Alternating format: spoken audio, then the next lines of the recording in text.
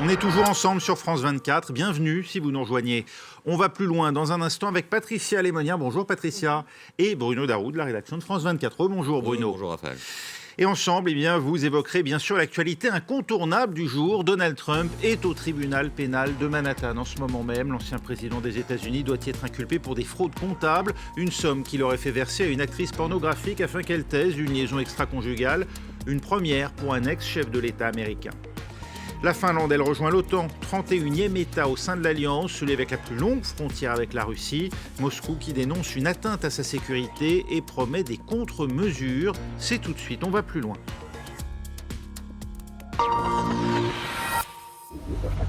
Il n'aura décidément rien fait comme les autres, Donald Trump, premier président des États-Unis à n'avoir jamais exercé de fonction politique ou militaire auparavant. Il est aussi désormais le premier à comparaître devant la justice de son pays pour être inculpé. On saura dans les toutes prochaines minutes ou toutes prochaines heures, en tout cas, ça c'est sûr, quelles charges sont retenues contre lui. Fanny Chauvin, vous êtes pour France 24 devant le tribunal de Manhattan. On attend une sortie de Donald Trump vers quelle heure ? Écoutez, on ne sait pas encore combien de temps va durer l'audience. On sait qu'elle va commencer maintenant. Donald Trump va faire face au juge Juan Merchan, le juge qui va énumérer les différents chefs d'inculpation. Il y aurait apparemment une trentaine de charges retenues contre Donald Trump. Le juge lui donnera ses droits, lui dira les conditions de mise en liberté. Donald Trump ensuite plaidera non coupable. On imagine que l'audience va durer moins d'une heure. En général, c'est assez rapide. Même ça peut durer seulement un quart d'heure.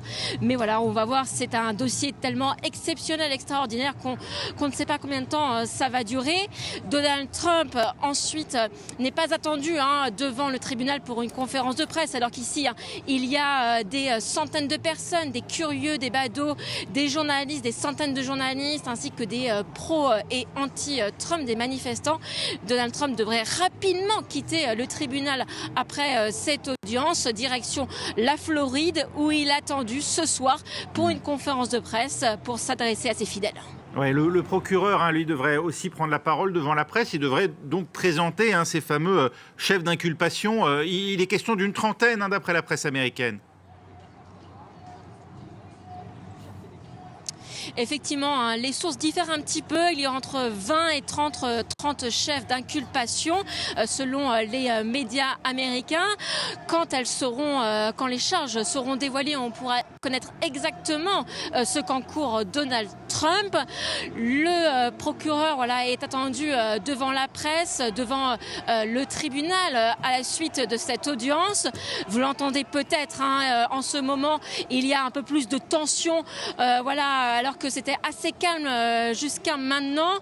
Il y a les hélicoptères au-dessus de moi. On sent que la police de New York est sur le qui-vive. On ne veut pas de débordement. On attend le déroulement. On attend le déroulement de cette audience pour savoir exactement quelles sont les charges, et on verra les réactions des manifestants et notamment des soutiens de Donald Trump ici devant le tribunal. Merci Fanny Chauvin. Et donc on l'a vu il y a quelques minutes, c'est Donald Trump qui s'est engouffré dans l'enceinte de ce tribunal. Une seule caméra permet de filmer ce qui s'y passe dans un couloir. Pour le reste, bien évidemment, on en reste à des suppositions sur ce qui se dit actuellement entre le juge, le procureur et l'ancien président des États-Unis. Vous voyez qui s'est présenté le visage fermé à cette audience qui est Alan Bragg, ce procureur élu comme il est d'usage aux États-Unis. C'est lui en tout cas qui aujourd'hui fait face et porte les charges contre Donald Trump. Son portrait en images. Il est le cauchemar de Donald Trump. Alvin Bragg, 49 ans. C'est lui, le procureur de Manhattan, qui a inculpé l'ex-président. Événement inédit de toute l'histoire des États-Unis. Ce New-Yorkais, né à Harlem, était déjà connu pour être le premier magistrat afro-américain à la tête du parquet de Manhattan. Tout un symbole pour lui, qui avait raconté il y a 2 ans avoir fait carrière dans la justice, après avoir été marqué par plusieurs interpellations policières armées lors de sa jeunesse. Un magistrat aux idées progressistes. Dès sa prise de fonction début 2022, il avait promis de chercher des alternatives à la prison pour les délits mineurs et a fait de la lutte contre la criminalité financière sa priorité. En janvier dernier, c'était déjà lui qui avait fait condamner la Trump Organization à 1,6 million de dollars d'amende pour fraude financière et fiscale. Une personnalité honnie par le camp républicain. Donald Trump s'attaquait à lui encore ce lundi sur les réseaux sociaux. Biden et ses partisans savaient tout sur la gauche radicale. Soros a soutenu Bragg pour poursuivre Trump. Ils ont soutenu ce procureur raciste pour faire avancer cette chasse aux sorcières. Entre Alvin Bragg et le camp républicain, c'est aussi une bataille de la communication. Plusieurs membres du Parti républicain accusent le magistrat d'ingérence électorale et exigent des détails sur l'affaire en cours. Demande rejetée par le bureau de Bragg, qui renvoie la balle et dénonce une ingérence politique.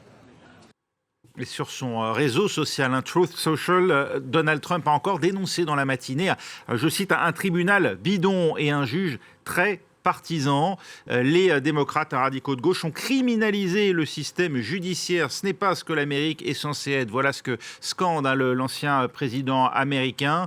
Et puis, vous le voyez, il annonçait donc son départ en direction de Lower Manhattan, là où se trouve donc, le palais de justice. Cela semble tellement surréel. Waouh, ils vont m'arrêter. Je ne peux pas croire que cela se passe en Amérique. MAGA, Make America Great Again, c'est le fameux acronyme popularisé par Donald Trump. Il va jouer à fond l'affrontement politique, Trump-Patricia Lémonière, pour mieux occulter le fond de l'affaire. Dans un premier temps, il fait le show. Oui. Le show auquel on est habitué. Et donc, il tente avec ce show de remobiliser ses partisans, parce que ces derniers temps, on avait vu, il était un peu en perte de vitesse. Il avait perdu à moitié, gagné en demi-teinte les mi-termes. Donc, il était en perte de vitesse. Et là, ça le réinstalle totalement au centre de l'échiquier politique. Donc, il va essayer de se rendre indispensable pour son camp. Parce que les Républicains, finalement, avaient commencé un peu à s'éloigner de lui. Le parti, j'entends, pas la base. Et donc, il peut compter sur cette base qu'il ressuscite, en quelque sorte, et qui l'agrège autour de lui et qui le rend donc incontournable aux yeux des Républicains. Et donc, c'est pas seulement un show par rapport à la justice et pour impressionner les juges qui ne se laisseront pas impressionner. L'affaire n'est pas gagnée pour autant, ni pour lui, ni pour le procureur, parce qu'il va falloir effectivement qu'il démontre que cet argent a bien été pris des caisses de campagne, de l'argent de campagne, et qu'il y a bien eu un détournement. Et ça, c'est pas évident. Mais ça, laissons la justice faire son cours. Mais là, lui, Trump, il va tout faire pour ralentir. Il est devenu expert en matière juridique. Ça fait des années qu'il traîne des procès. Donc, il est meilleur que ses avocats. Et donc, il va tout faire, si on peut le croire. Et donc, les élections présidentielles, j'en finis par là, se seront écoulées et il ne sera peut-être pas encore jugé sur cette affaire. On est dans ces vérités alternatives qu'il avait lui-même vantées du temps de son mandat. Bruno Darroux, finalement, cet autre monde dans lequel vit Donald Trump, qui lui est résolument hostile, qui veut absolument le faire tomber, ça parle à son électorat, finalement, ce qui se passe en ce moment. Oui, sauf que son électorat pense que c'est les autres en face qui vivent dans un autre monde. Donc, effectivement, c'est un peu vérité contre vérité. Mais effectivement, il fait de la communication, il fait de la politique, effectivement, pour ressouder son clan. On a vu, il y avait eu des sondages contre son principal concurrent potentiel, Ron DeSantis, le gouverneur de Floride. Avant cette affaire, il avait pas beaucoup d'avance, je crois 7-8 points d'avance sur Ron DeSantis. Là, depuis que l'affaire a été à nouveau hyper médiatisée, il a 26 points d'avance. Donc non seulement, effectivement, ça remobilise son camp, mais aussi vis-à-vis de ses principaux concurrents qui sont obligés de le soutenir un peu contraint et forcé en quelque sorte, eh bien ça le remet véritablement en selle. D'autant plus qu'effectivement, cette affaire ne sera peut-être pas terminée au moment de l'élection. Et puis il faut rappeler que dans la loi américaine, en fait, même quelqu'un de poursuivi, voire de condamné, peut se présenter à l'élection présidentielle. Et puis, évidemment, ce n'est pas la seule affaire. C'est l'affaire la moins sérieuse, la première d'une série d'affaires qui vont surgir ensuite. Les procédures sont en cours. On ne sait pas quand ça va déboucher sur un énoncé de charge. Enfin, nul doute que cette double actualité judiciairo-politique va se succéder au cours des mois à venir et que Trump va essayer d'en tirer le meilleur profit. Est-ce qu'il va y arriver ? Ça, c'est quand même un risque. Mais en tout cas, c'est clairement son calcul ou du moins la façon qu'il a de gérer ça, ces grosses difficultés qui l'attendent, il va essayer de les retourner à son avantage. L'affaire la moins sérieuse, mais pas la moins rocambolesque. Comment est-elle perçue des milieux conservateurs, la droite évangélique, qui soutient Trump, Fanny ? On parle tout de même d'acheter le silence d'une actrice pornographique pour qu'elle taise une liaison extra-conjugale. Effectivement, hein, mais l'Amérique est fascinée par cette affaire. Elle fait les gros titres de la presse depuis la révélation de cette inculpation, mais elle renforce aussi les tensions dans un pays encore profondément divisé. Hein. Selon un sondage, 3/4 des républicains sont convaincus que cette inculpation est motivée politiquement. J'ai rencontré quelques manifestants qui sont actuellement devant le tribunal et ces républicains reprennent la même rhétorique que leur ancien président. Ils me parlent de persécution politique. Ils affirment que leur candidat est innocent et que le procureur démocrate veut faire chuter Donald Trump. Oui, ces partisans les plus radicaux qui se sont donné rendez-vous, Fanny, devant le palais de justice, emmenés par l'élu ultra, Marjorie Taylor Greene, on craint des débordements. Écoutez, pour l'instant, tout est assez calme.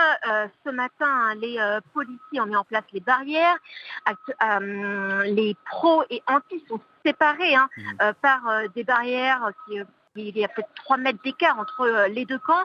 Je dirais qu'il y a à peu près une centaine de personnes dans chaque camp. Effectivement, les policiers new-yorkais ne veulent pas de débordement, ils ne veulent pas de reproduction du 6 janvier, mais nous sommes à New York, fief démocrate. Il y a peu de personnes au final, peu de manifestants, et ce serait étonnant qu'il y ait des débordements. La situation en ce moment est vraiment sous contrôle. Patricia Lémonière, tout événement qui remémorait, même en miniature aux Américains, l'assaut du Capitole, serait un problème pour Trump, d'après vous? Alors, ce n'est pas un problème pour son camp. Je pense que Trump, effectivement, là, a tout à gagner avec des procédures judiciaires, parce que du coup, à l'intérieur de son camp, il élimine ses concurrents. Et donc, il joue l'antisystème, en fait. Il regroupe son camp. Par contre, ça peut être un avantage pour les démocrates, parce qu'on voit bien que pour l'instant, une partie de l'Amérique, une grande partie de l'Amérique pense qu'effectivement, il faut qu'il y ait ce procès. Donc, ça joue à l'avantage des démocrates, ces procédures judiciaires, pour l'instant. Parce que Trump est un animal politique, un animal médiatique, et donc il peut très bien faire en sorte que ça devienne un avantage tout court pour lui, et pas seulement dans son camp. Oui, Bruno, il a d'autres affaires en plus, oui, comme vous l'avez dit, il est quand même un peu cerné aujourd'hui. Entre ses rivaux et ses affaires, il n'y a pas un risque que l'élection finalement elle se joue dans les prétoires? Est-ce qu'il est préférable qu'elle se joue là plutôt que dans les urnes? De toute façon, le jour J, elle se jouera quand même dans les urnes au final. Mais effectivement, la campagne, la pré-campagne et la campagne, les primaires, tout ça risque d'être dominé par toutes ces procédures judiciaires. Parce qu'il y a au moins 3 grosses affaires qui l'attendent. Il y a évidemment l'enquête en cours concernant l'assaut sur le Capitole, il y a sa gestion des archives présidentielles, et il y a ces tentatives de pression sur un bureau électoral de Géorgie, où là, en plus, il y a des faits, puisque on l'entend dire, en gros, il me faut ces 11 800 votes, voilà, débrouillez-vous. Donc, ça, c'est plus sérieux, politiquement. L'affaire actuelle, là, en fait, pour nos téléspectateurs, pour que ce soit bien clair, en fait, c'est pas tellement le fait qu'il ait donné de l'argent à cette actrice que c'est une fraude comptable. Ça, c'est pas très grave pour les Américains. Voilà. Bill Clinton en avait donné davantage dans le passé à une de ses maîtresses. Donc voilà. Mais comme aux États-Unis, c'est la manipulation, le mensonge, le soupçon de fraude, la manière dont lui-même Donald Trump a remboursé Michael Cohen qui avait payé, il lui a fait 11 chèques. Et puis est-ce que effectivement ça a été pris dans les caisses pour être remis dans un autre compte et que ça n'apparaisse pas dans ses comptes électoraux? Alors certains de ses soutiens disent aussi, d'un point de vue plus juridique, que la commission électorale n'a rien trouvé à y redire à l'époque. Mais évidemment, peut-être qu'elle n'était pas au courant de cette malversation. Donc en fait, c'est sur plutôt le montage financier, le soupçon de fraude fiscale que ça va jouer. C'est pas tellement le fait de faire un chèque de 130 000 $. Même si le fond de l'affaire est infamant. Je précise parce que ici, par exemple, en Europe, ça pourrait paraître un peu voilà. Mais non, donner 130 000 $ à une actrice porno, bon bah. Rien d'illégal. Voilà. On a peine tout de même à croire, Fanny Chauvin, en écoutant alors il y a bien sûr ce dossier-là, mais des accusations beaucoup plus graves portée contre Donald Trump, jusqu'à effectivement la tentative d'influencer tout de même lors de la précédente élection les responsables de bureaux de vote. Est-ce qu'il n'y a pas, ou en tout cas de la comptabilisation des bulletins dans l'État de Géorgie, est-ce qu'il n'y a pas là tout de même un facteur qui peut être disqualifiant pour Donald Trump? Eh bien, pour l'instant, on ne le voit pas. Hein. Ce qui est paradoxal, c'est que cette affaire, elle pourrait être avantageuse politiquement pour Trump dans son camp, du moins à court terme. Voilà, d'après un sondage, il domine même désormais les intentions de vote pour la primaire républicaine. En fait, cette inculpation, c'est une aubaine politique pour Donald Trump, mais aussi financière. Hein. L'ancien président a récolté, d'après ses équipes de campagne, plus de 7 millions de dollars de dons depuis l'annonce de son inculpation. D'après ses équipes de campagne, 25% des donateurs seraient des nouveaux donateurs. Donc on imagine bien que Donald Trump va continuer de capitaliser sur ses ennuis avec la justice qui vont résumer la campagne présidentielle de 2024. Oui, Donald Trump qui plaide à l'instant non coupable, vient-on d'apprendre du tribunal. Patricia Lemoyne, même question qu'à Bruno. Est-ce que vous pensez que le fait que la justice influe tout de même sur le cours de cette élection, c'est dommageable ou au contraire, ça ne change rien? De toute manière, comme le dit Bruno, effectivement, rien ne devrait entraver la marche électorale de Donald Trump si d'aventure les électeurs républicains le désignaient à nouveau comme leur champion. Alors, la justice américaine est indépendante et se veut indépendante, Oui. même si le procureur, en général, est nommé et a affiché très, très tôt sa couleur politique. Mais néanmoins, il suit les règles indépendantes de la justice. Alors, est-ce que cette justice va influencer? Forcément. Elle va polariser. Et elle polarise une situation qui est déjà très éclatée et très dure aux États-Unis. Et ce qu'on peut craindre, c'est qu'avec ces affaires et cette multiplication d'affaires dont Bruno a parlé, mais il y a aussi toutes les affaires financières. Il devrait donner il doit des millions, il peut perdre beaucoup d'argent aussi. C'est pour ça que ces donations sont très importantes pour lui, parce que Donald Trump est un homme qui aime l'argent et qui en a besoin. Et donc, je crois que la justice et ces affaires judiciaires ne peuvent que polariser encore un peu plus la société américaine qui n'a vraiment pas besoin de ça. Merci. On va passer à notre autre sujet du jour, Vladimir Poutine, qui a désormais face à lui un 31e membre de l'OTAN, la Finlande, qui rejoint l'Alliance Atlantique après des décennies de neutralité. L'événement a donné lieu à une brève cérémonie à Bruxelles sous la forme d'un échange de documents officiels entre le ministre finlandais des Affaires étrangères, Pekka Haavisto, et son homologue américain, Antony Blinken, venu spécialement sur place. Une cérémonie que nous résume en images Nabia Makloufi ou Sibrahim. L'histoire s'écrit à Bruxelles en ce 4 avril 2023. Et c'est cette image qui restera, celle du drapeau finlandais, hissé au siège de l'OTAN. C'est une nouvelle ère qui commence. Chaque pays œuvre pour sa sécurité. C'est ce que fait la Finlande. La Finlande partage 1300 km de frontière avec la Russie en devenant le 31e membre de l'organisation. Helsinki se protège grâce au système de défense collective garanti par le traité fondateur. Pendant près de 75 ans, cette grande alliance qu'est l'OTAN a permis de protéger nos nations. Et elle les protège encore aujourd'hui. La réaction de Moscou est immédiate, la menace à peine voilée. Bien évidemment, cela risque d'étendre le conflit, mais ça ne changera rien à l'issue de cette opération spéciale. Dans ces conditions, nous prenons des contre-mesures pour défendre la sécurité de notre pays. Candidate à l'alliance en même temps que la Finlande, la Suède attend toujours son tour. Le chef de la diplomatie américaine appelle la Turquie et la Hongrie à ratifier sans délai les protocoles d'adhésion. Et Moscou dénonce une atteinte à sa sécurité et promet des contre-mesures. L'arroseur arrosé, Bruno ? Oui, l'arroseur arrosé, 14 mois presque après la décision de Vladimir Poutine d'envahir l'Ukraine. Il voulait finlandiser l'Ukraine, souvenons-nous. Voilà, il voulait finlandiser l'Ukraine, et puis c'était un des principaux motifs avancés par la Russie, c'était que l'OTAN cherchait à encercler de plus en plus le pays et donc menacer sa sécurité nationale. Alors, d'ailleurs, c'est toujours le même argument qui est invoqué, sauf que là, ils ont 1340 km de frontières communes en plus avec l'OTAN, donc de ce point de vue, effectivement, ce n'est pas une réussite.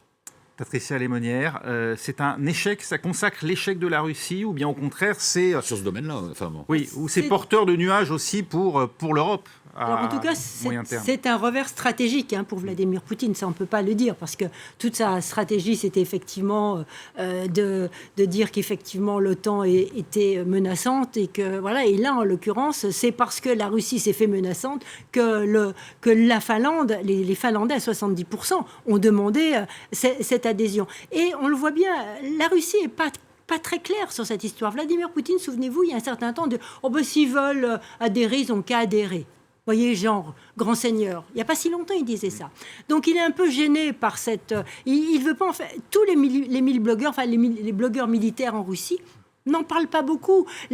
Tous les grands intervenants sur les chaînes de télévision nationales, c'est un peu... On en parle peu aujourd'hui. On les sent très gênés. Donc, vis-à-vis de l'OTAN, je crois que la Russie, d'abord, attend de voir si la Suède va bien rentrer. Et puis, surtout, elle attend une chose. Elle attend de voir si des forces de l'OTAN des bases permanentes de l'OTAN vont se déployer en Norvège et en Finlande, excusez-moi. Et je crois que là, l'OTAN sera suffisamment quand même prudente pour ne pas immédiatement et même tout court installer des bases permanentes. Ce serait ça, si vous voulez, la ligne rouge, je crois, pour la Russie dans l'immédiat. La Finlande, une armée qu'on décrit comme redoutable, l'Europe va s'arrêter là, d'après vous, Bruno, ou au contraire, compte tenu de l'engagement pris, enfin l'OTAN, compte tenu de l'engagement pris envers la Suède, va tenter de tenir coûte que coûte tête au pouvoir turc, puisque c'est lui qui bloque jusqu'à présent l'adhésion suédoise. Pour l'adhésion suédoise ? Oui. Ah oui, je pense que les amicales pressions sur Ankara vont se poursuivre, notamment de la part des Américains. À quel point c'est important pour l'OTAN de voir la Suède adhérer? On est prêt à se mettre à dos, même la Turquie? Non, on n'ira pas. De toute façon, c'est pas tellement possible, ça, de se mettre à dos la Turquie dans le cadre de l'OTAN. Donc, ça va être, c'est déjà un bras de fer. Donc, pour nos téléspectateurs, la Turquie dit qu'elle veut pas de la Suède parce que la Suède abrite des terroristes kurdes. Des membres du PKK. Voilà, des membres. Enfin, des militants qu'elle soupçonnait être membres du PKK. Et que donc les quelques efforts déployés par la Suède ne vont pas assez loin et qu'il faudrait qu'elle les extrade, ce que peut faire la Suède parce que c'est un État de droit, la justice est indépendante. Enfin voilà, tout ça est un peu bloqué. Ça progresse un peu, mais c'est pas suffisant pour encore. Avec qui plus est une majorité très à droite désormais en Suède, ce qui n'est pas pour arranger les choses dans les rapports avec la Turquie. Et puis Erdogan lui-même fait de la politique quand même, puisqu'on est à quelques semaines élections. Des élections générales et présidentielles le 14 mai prochain. Donc, moi, je pense qu'il ne se passera pas grand-chose d'ici le 14 mai. Après, selon qui gagne aussi, parce que la victoire d'Erdogan n'est pas certaine, les choses pourraient s'accélérer. Alors, là aussi, il y a un problème de calendrier, parce que l'OTAN tient un sommet à Vilnius au mois de juillet, et aimerait bien que la Suède soit le 32e membre de l'OTAN. Donc, il va y avoir des fortes pressions. Après, c'est surtout symbolique, parce que, en fait, en termes d'effectivité, la Finlande, pour le coup, est une plus belle prise, si je puis m'exprimer ainsi, que la Suède, en termes de ce qu'elle apporte à l'OTAN. Elle a une véritable aviation, elle a, je crois, 60 avions de chasse américains, en termes de renseignement, de technologie, Nokia, la 5G, tout ça, on connaît. Elle a une armée de réservistes très importante de près de 300 000 hommes. La Suède, je crois, c'est à peine 30 000 hommes. Vous voyez, oui, c'est la mer. C'est beaucoup. Mais ce qui est important, effectivement, c'est le contrôle de la mer Baltique avec l'enclave. Là, il faudrait une carte avec l'enclave russe de Kaliningrad, évidemment. Ce serait une manière de contrôler encore un peu plus et de gêner la Russie en mer Baltique. Oui, c'est une profondeur stratégique. En plus, ça donne une profondeur stratégique à l'OTAN. Imaginez que la Finlande soit attaquée, il faut passer par la Suède. Donc, c'est important que la Suède regagne. Ce qui était important aujourd'hui et dont on n'a pas beaucoup parlé, c'est les propos du secrétaire général de l'OTAN qui a dit « Ah, mais bientôt, ça sera le tour de l'Ukraine ». Enfin, je résume ces propos qui sont d'une façon très schématique, mais je me suis dit, oh là là, mais tout le monde au sein de l'OTAN ne partage pas ce point de vue. Je pensais à Paris, je pensais à l'Allemagne. Et donc, pour le secrétaire général de l'OTAN, Jens Stoltenberg, eh bien, ma foi, le prochain sur la liste, c'était l'Ukraine. Vous pensez qu'il y a une précipitation aujourd'hui de la part de l'OTAN ? J'étais surprise par ces propos, mais ça, je pense que ces propos sont peut-être une façon de gratter un peu, chatouiller Vladimir Poutine. Oui. Mais enfin, je veux dire, en ce moment, il ne faut pas trop le chatouiller quand même. C'est ça, un propos d'estrade qui peut quand même, Voilà. non pas avoir des conséquences, mais en tout cas, qui n'est pas tenu aujourd'hui, qui est peut-être pas... Oui, qui ira dans le sens de la rhétorique russe sur sa menace existentielle, dont elle est victime, et c'est pour ça qu'elle se défend, etc. etc. Mais bon, je ne pense pas que ce soit demain que l'Ukraine rejoigne l'OTAN. Il faut déjà il faut régler que le les autres conflit, membres de l'OTAN soient d'accord. Tous d'accord. Donc et puis, de toute façon, je crois même que c'est complètement de la science-fiction au moment où je parle, parce que je crois que pour adhérer à l'OTAN, il faut qu'il n'y ait aucune menace sur l'intégrité territoriale du pays adhérent. Donc on n'y est pas, carrément, on n'y est pas. Là. Merci beaucoup, merci Patricia Lémonière, merci Bruno Darou. C'était On va plus loin, restez avec nous dans 5 minutes, un nouveau journal dans Paris Direct.